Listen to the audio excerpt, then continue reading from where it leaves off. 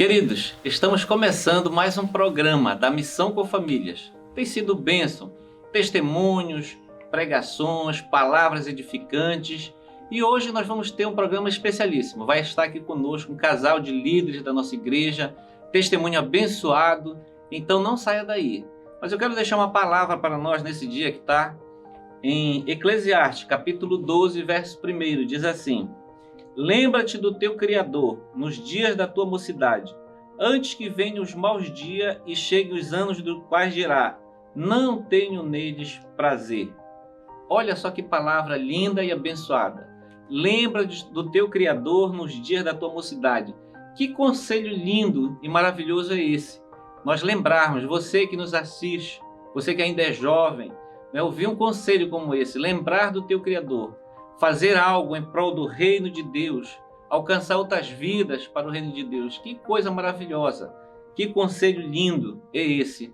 Doar a sua vida ainda jovem para a obra de Deus, assim como a gente vê muitos missionários, pessoas jovens ainda, se doando ao reino de Deus, indo fazer missão na África, nos Estados Unidos, na Ásia e também pelos estados do Brasil, no Piauí, no Ceará, em lugares carentes da palavra de Deus.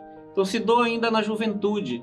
Então que coisa linda e maravilhosa é isso, poder servir ao Senhor ainda na mocidade, né? Se converter, procurar a Deus, servir ao Senhor na sua mocidade, doar todos os dias da sua mocidade ali ao Senhor, evangelizando pelas praças, pelas ruas, ajudando e levando outras pessoas e outros jovens ao reino de Deus. Coisa linda e abençoada. E hoje não vai ser diferente. Daqui a pouco, então, você vai ver aqui com a gente um casal de jovens que fazem isso, estão doando a sua vida na obra de Deus, e você vai poder acompanhar, então, o testemunho deles.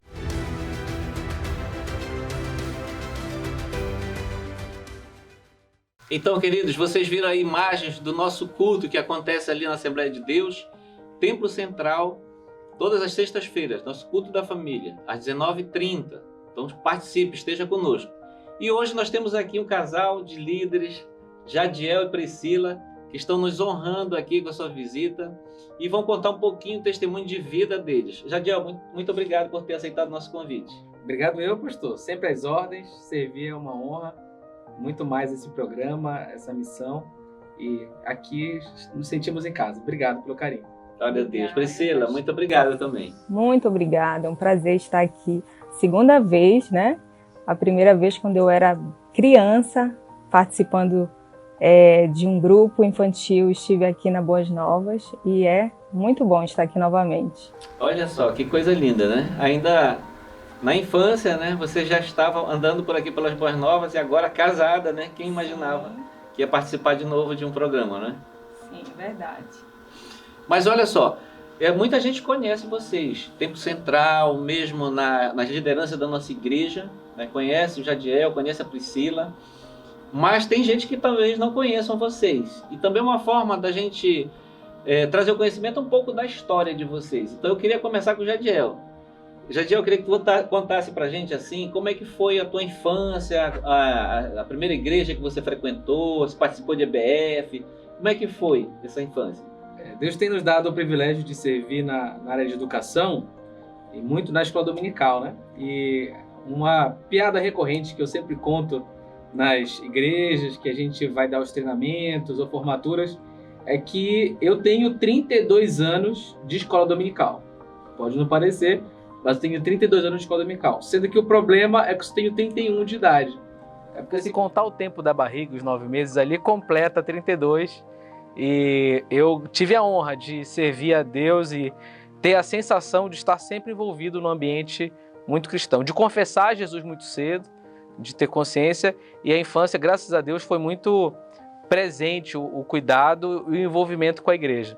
Interessante que só hoje eu consigo pensar e entender que alguns pontos da infância foram marcados por alguma privação financeira, ou alguma coisa que poderia... Hoje eu percebo que era com muito esforço que meus pais conseguiam o que a gente tinha. Mas a minha sensação de infância é que eu era milionário, porque nada faltava, os pais sempre presentes em casa e a gente tinha o lazer e a igreja no mesmo local. Então, para mim, aquilo era uma riqueza. Hoje eu percebo que o que era uma privação, o que era não ter um carro, o que era precisar caminhar muito para ir ao supermercado, ou perceber que um dia não passou toda a compra no supermercado, parte ficou. Então, a minha infância foi muito feliz, muito completa. E hoje eu vejo que foi com muito suor, muito sacrifício e algumas privações, mas que serviram para a família amadurecer.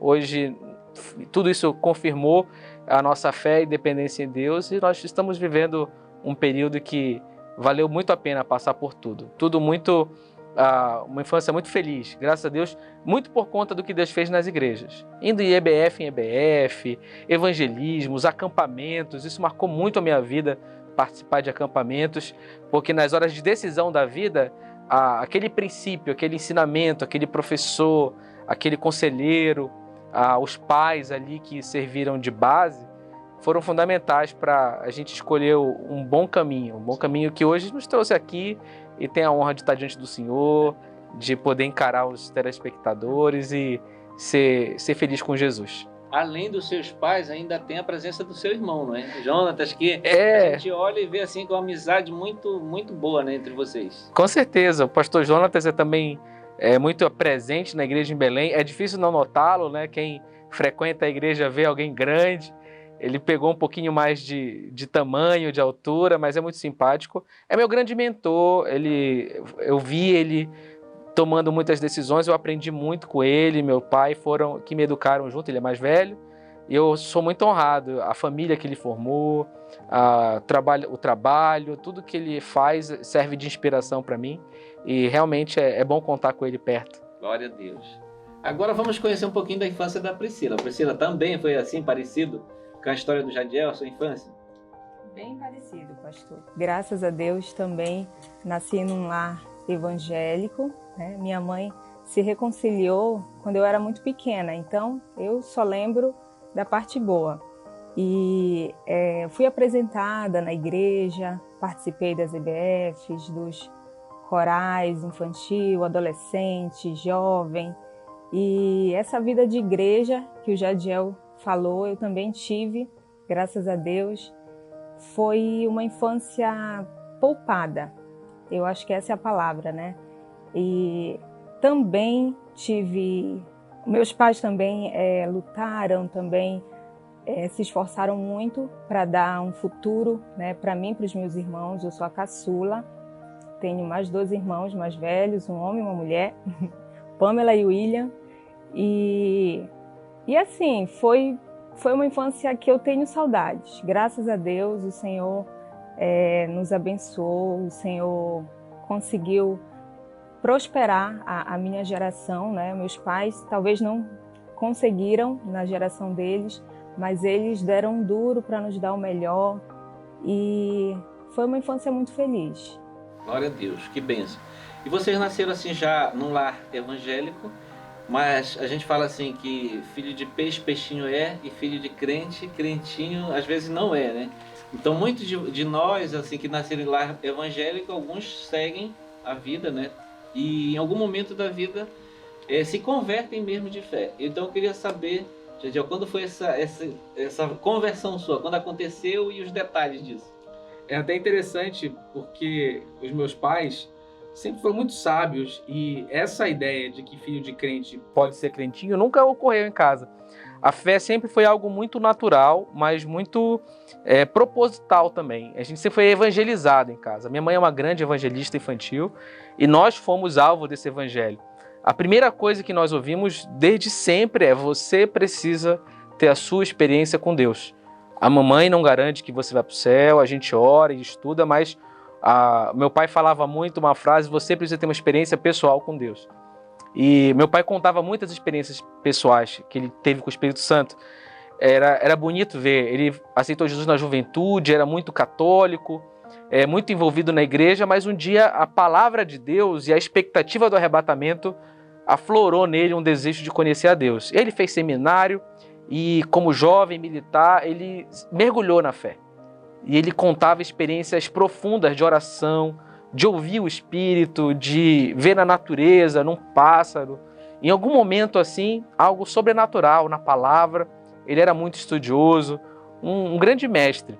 Mas ele sempre fazia questão de dizer, você não pode ficar dependendo da minha experiência.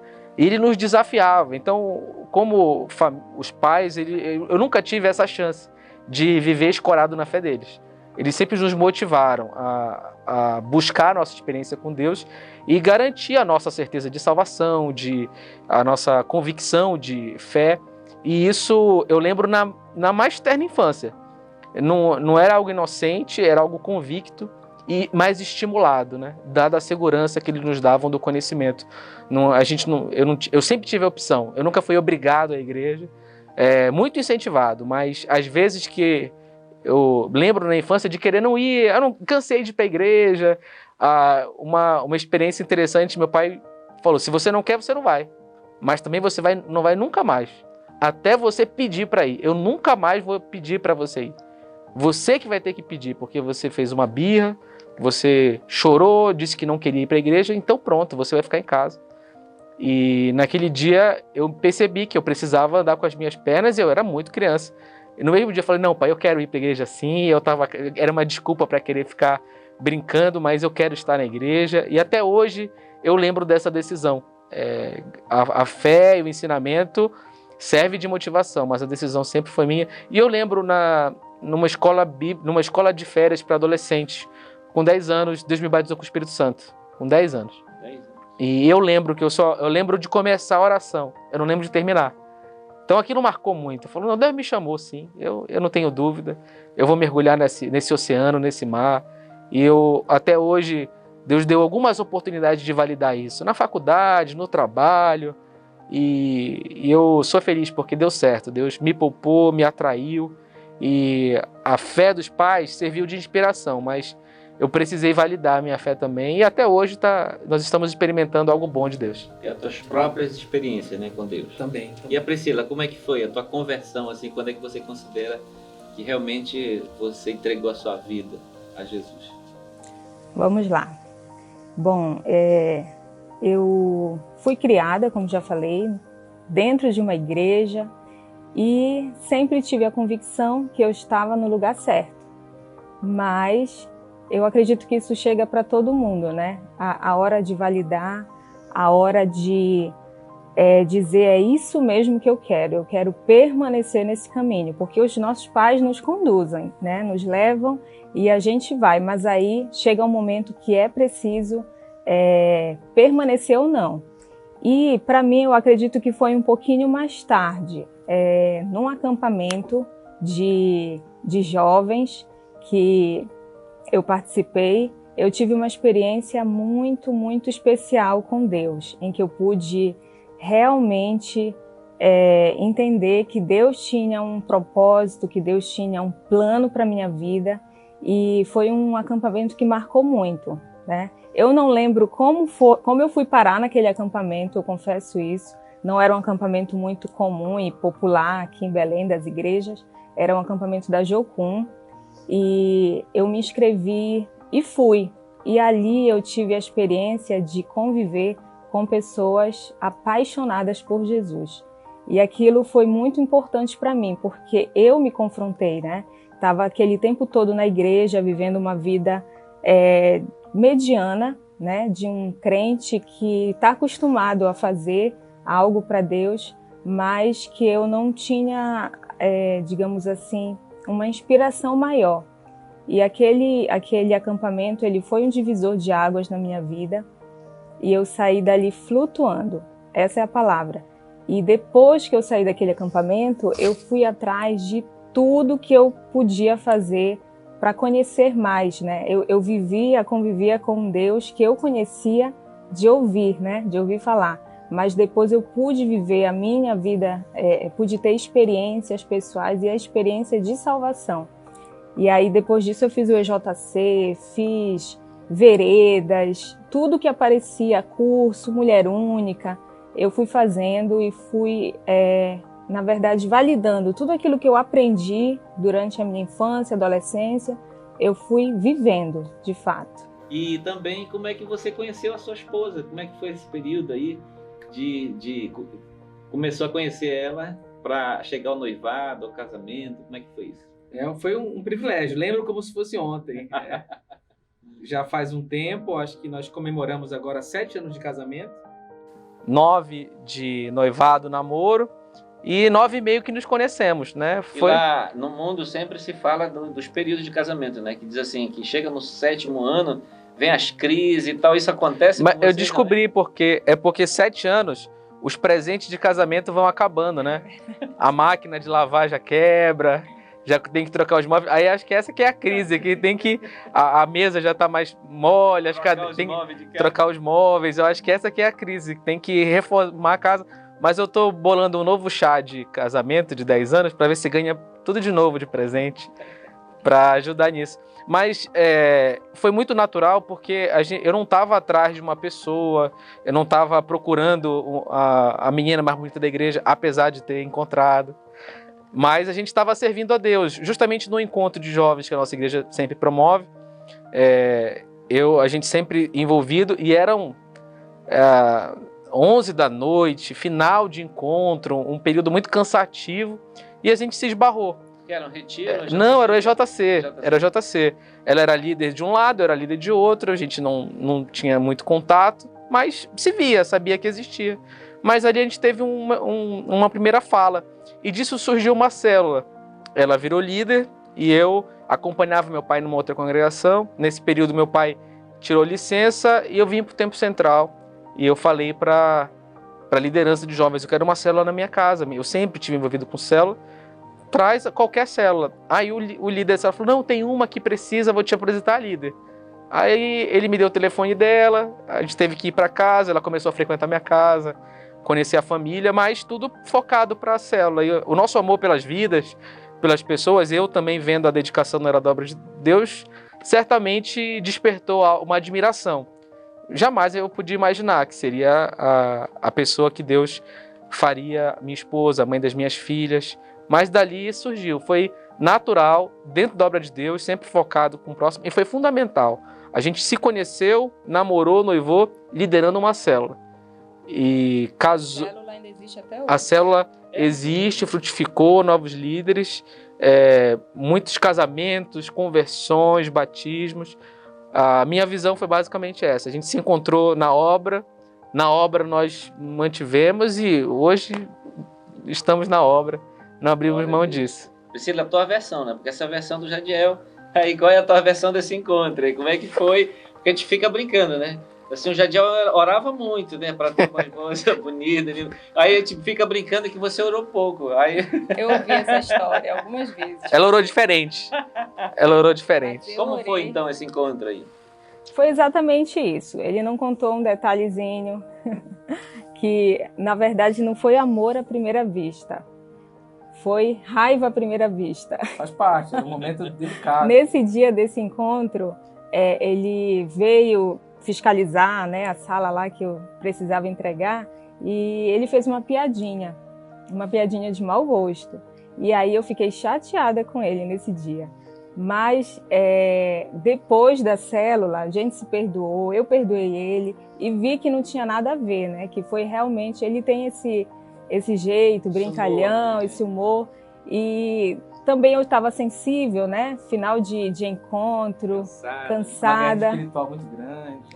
E aí depois eu vi que não tinha nada a ver realmente aquela piadinha que ele fez, que ele era um bom rapaz.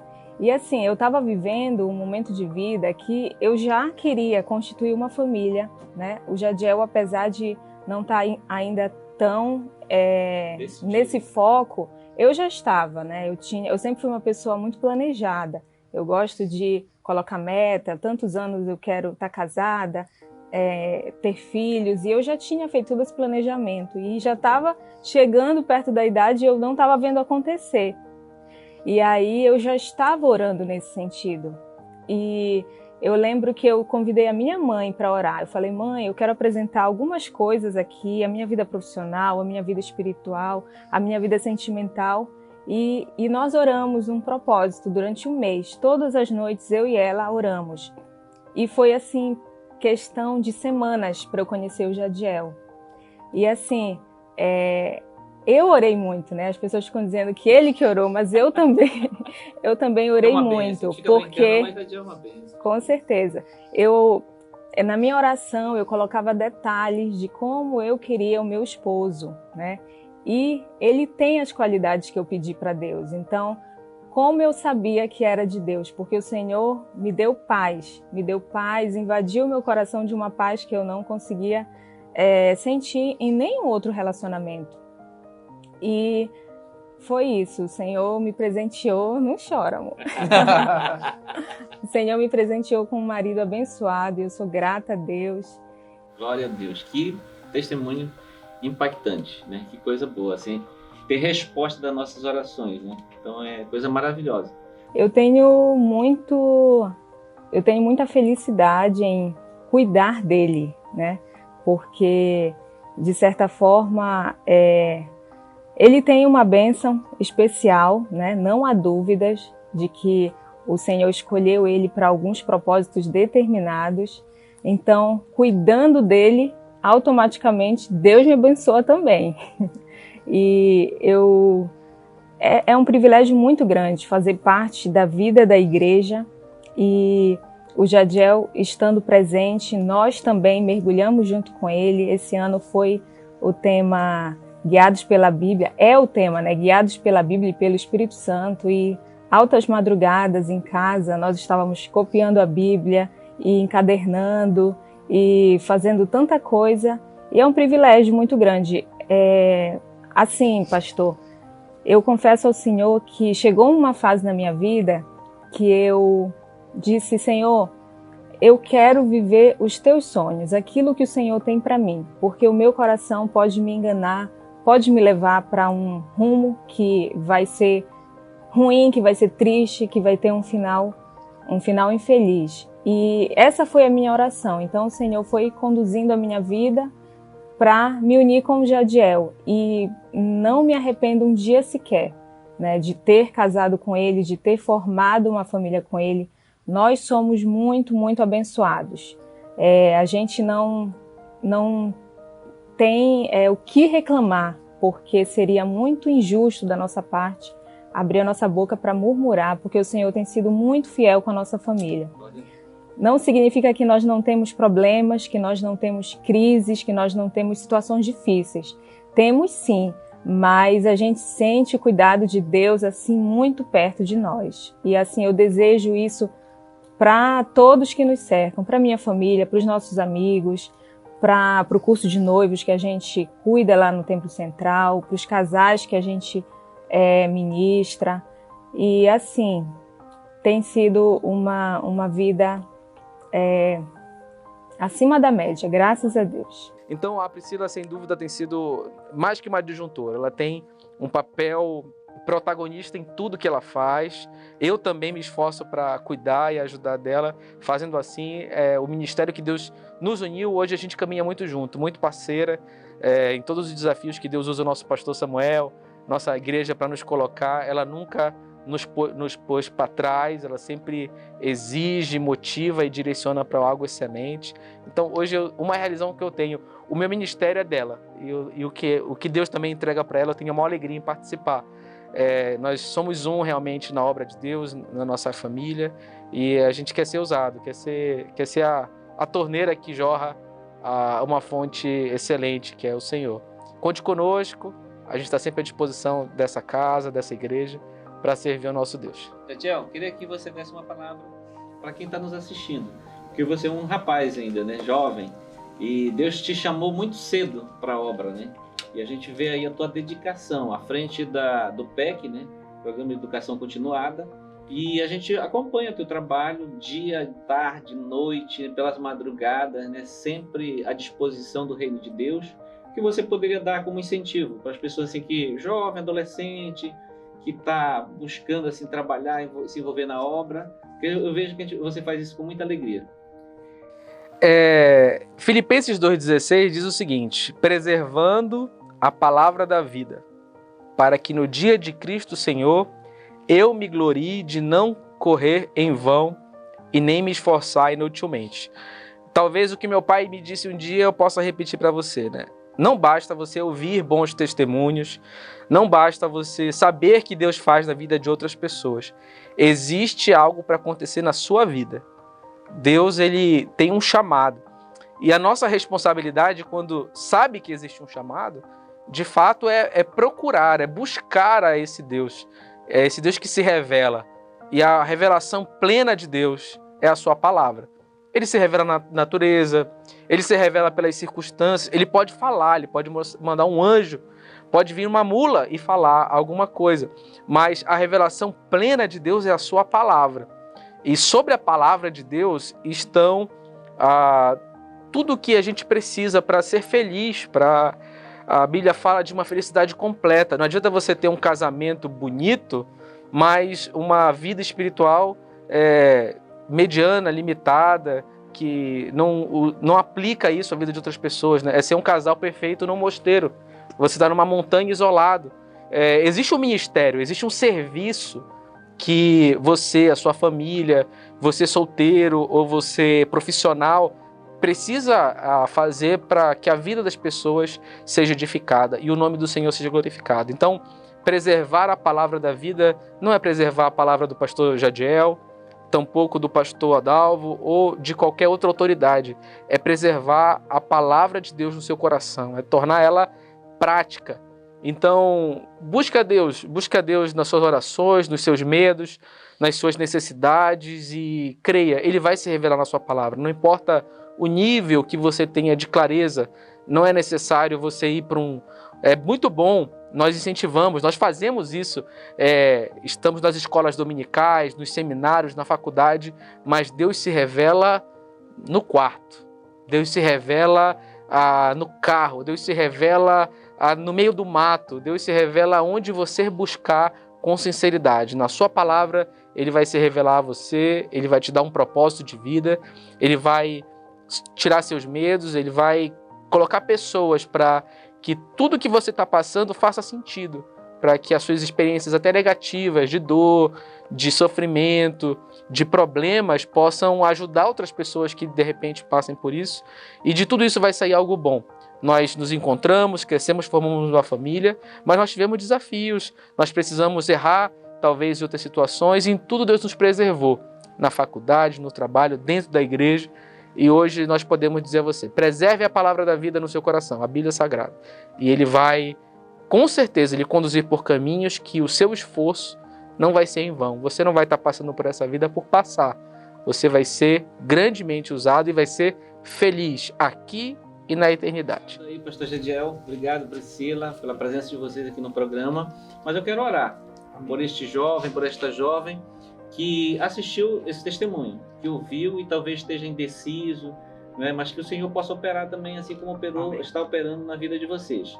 Querido Deus e Pai, Senhor amado, nós oramos, Senhor, por este jovem, por esta jovem, Senhor, que ouviu esse testemunho, ó Deus, Jadiel, da sua esposa, Senhor, Priscila.